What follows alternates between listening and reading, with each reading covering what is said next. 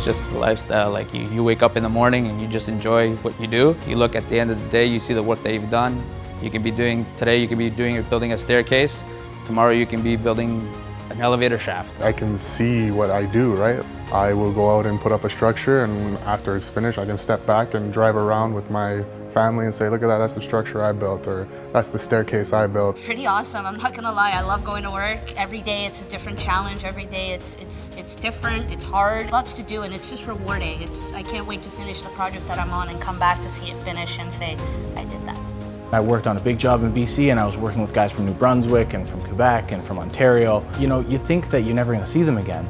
And then I went out to Saskatchewan to work, and I saw a bunch of guys that I worked with in BC. Nobody's a stranger. Even if you don't know the guy's name, he's always, hey, how's it going, brother? Hey, how's it going, sister? You know, wherever you go, so if you're wearing a 721 t-shirt, ironworking t-shirt, someone who knows what it is will say hi to you, or you belong to something, basically. You can walk in and you can say, you know, could I meet the coordinator of all the training here?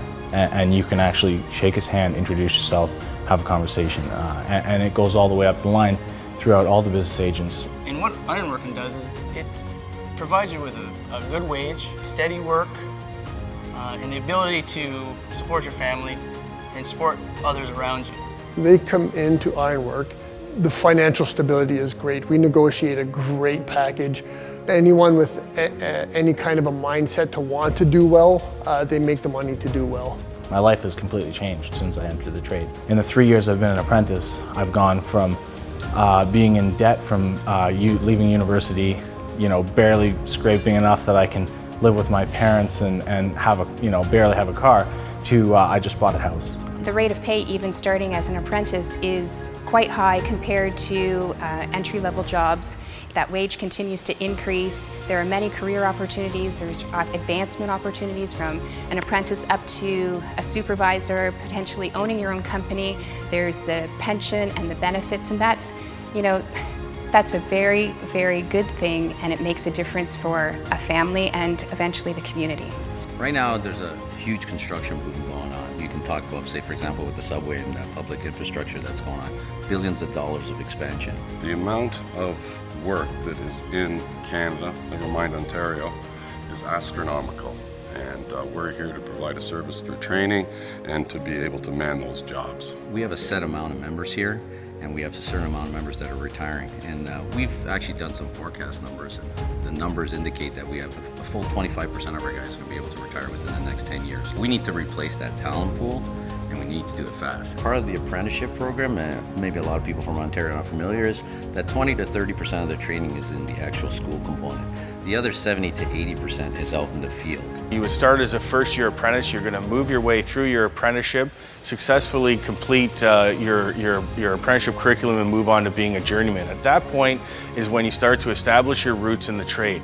Then your options are almost endless. You can go on to supervise work. We can train you to be a foreman and a general foreman, and ultimately to be a superintendent. You can look at navigating your way over to your own company. They have to have a skill and a drive and a determination, and we take that skill and drive and determination added to the skills that we offer them, and they become great. Well, one great thing that we have is we've got a structure in the yard, and that structure sort of reflects the type of work that we do here. With the structure out there, we have it all. You can walk a beam, you can see what it looks like. I think we're the only ones with a conveyor system out there. It has all the different types of structural connections that we'll see, as well as the different types of miscellaneous iron that we put up. It's not just in a book or someone just regurgitating something back to you.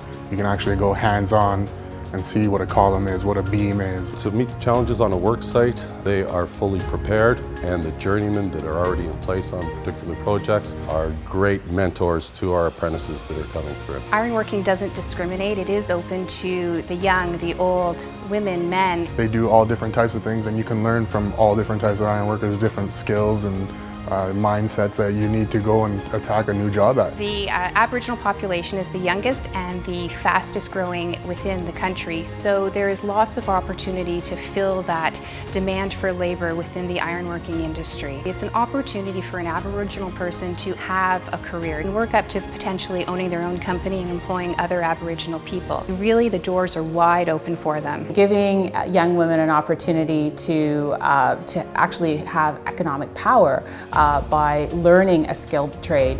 I think there's tremendous opportunity, and I'm very impressed with the outreach that the ironworkers are doing to bring young women and make them part of the team. Feels great. I hope more girls come onto the trade. You know, I definitely want to give a message out and tell the women, don't be afraid to be an iron worker. It is a heavy job, but honestly, it's very rewarding. You know, it's something to prove to the guys. You know, oh, if I can do it, anybody else can do it. It's just you need to have a passion for it. If you don't like your job, if I didn't like it, I wouldn't be here. But I definitely am going to be here for a long time.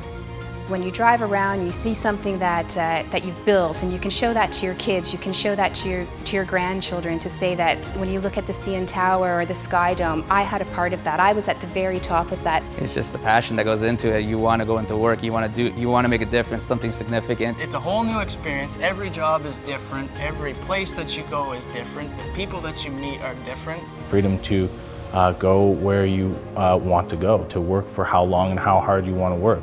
And I want to work hard, and we have that opportunity here.